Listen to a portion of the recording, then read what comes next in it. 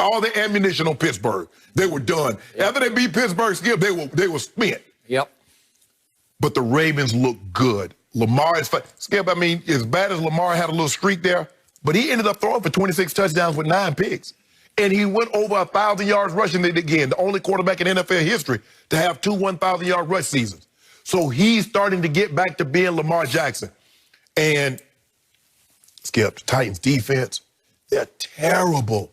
Skip, I didn't realize they were that bad. I knew they were bad, Skip, because, you know, they gave a boatload of money to Jadeveon Clowney. They signed Vic Beasley. He had a cup of coffee and read a comic book, and they got him up out of there. Yep. The Titans defense has given up 38 points in 3 of the last 5 games. They just gave up 230 to the Packers.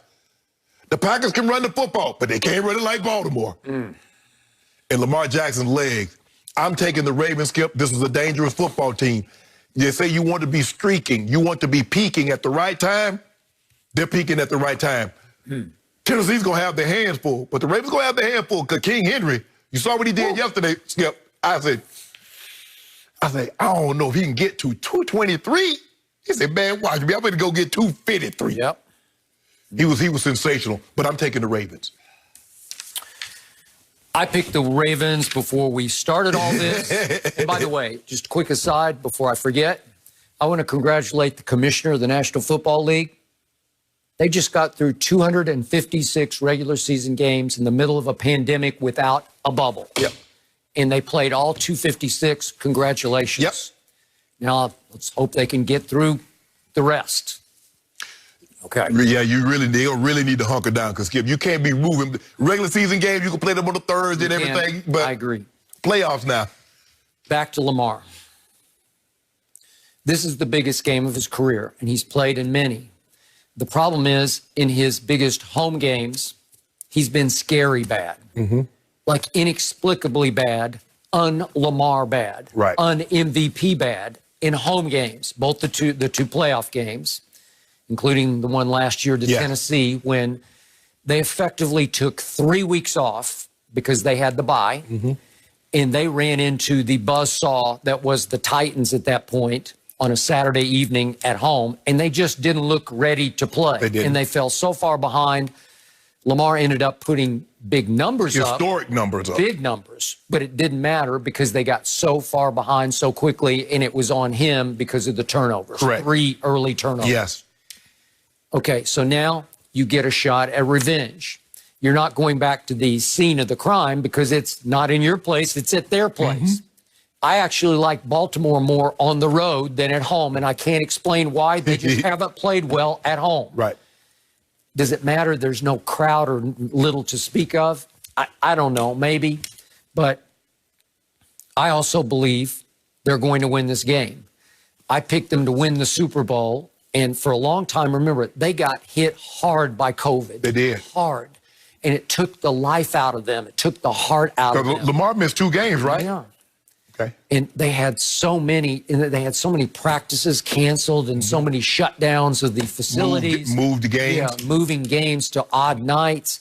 And finally, on an odd, was it Tuesday night against my Cowboys, it took off. They won that game 34-17 because they ran for 294.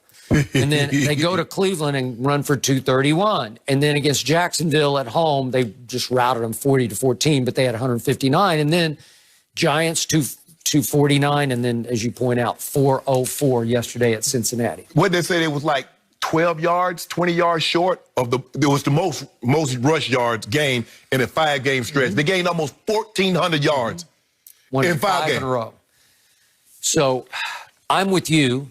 Lamar had shaky streaks this year, but somehow he started to figure it back out as he got healthier coming off COVID and got his legs back underneath him, and they are devastating on the ground. And if you don't watch it, he can be devastating through the air. If we could see that touchdown pass he threw to Miles Boykin yesterday, this one took my breath away. Just a little flicker to the wrist. Yeah, he just barely flicks it, and it's got juice on it.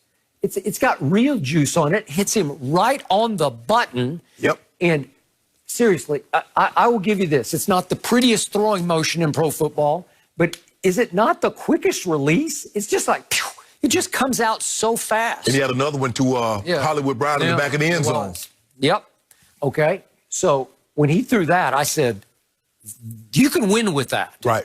You can go places. The thing that Tennessee does to you, Skip, is that you have to commit so much to stop Derrick Henry. Yep. And we saw what happened yesterday. The Texans were trying to stop Derrick Henry after he got going, and then they burned the quarterback on the boots.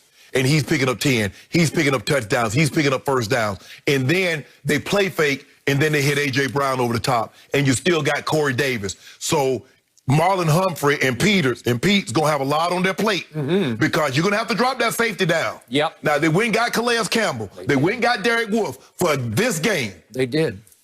There's no love lost between Tennessee and Baltimore. This goes back to 2000, Skip, to Brian Billick and Jeff Fisher and Ray and Eddie George and all. There's no love lost. You were there? But you go get those two guys for this game. Derek Wolfe and Calais Campbell, this is why you're here, to stop Derrick Henry. It's funny, you played in that game that will be a mirror of this game. Yep. It will be physical. Yep. It will be, I remember coming down the elevator, I was staying at your hotel, didn't really know you at that point, knew your big brother really well.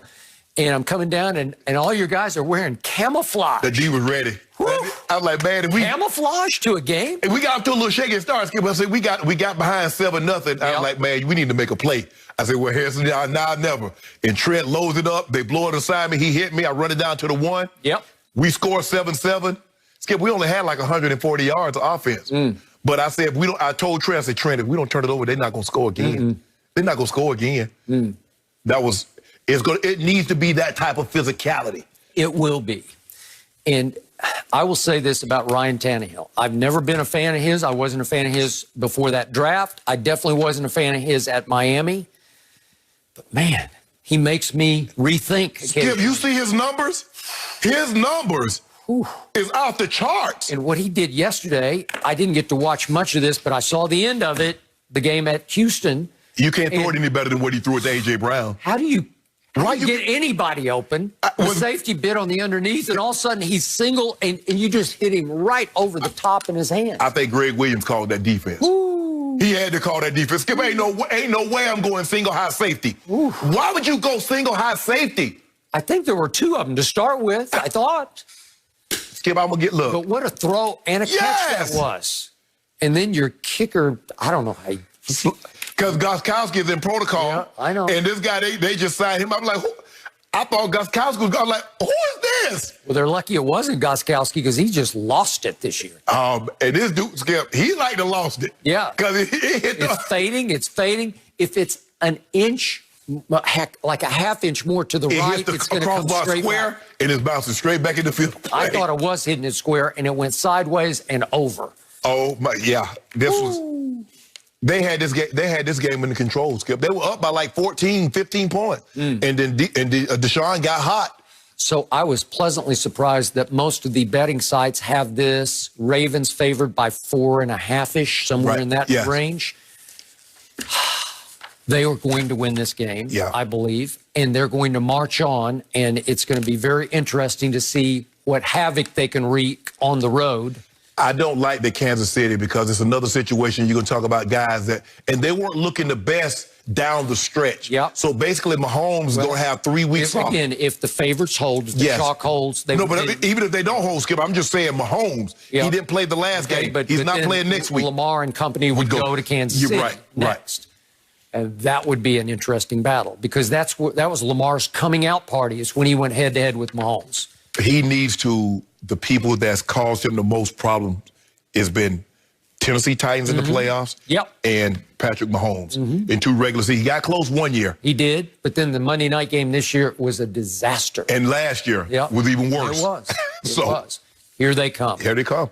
Well, you know, Skip, I let you have a little bit of a break from talking about your Cowboys, but we got to get back to it because what we saw yesterday, does the Cowboys' loss sit squarely on Mike McCarthy's shoulders? Yes, we're going back to it.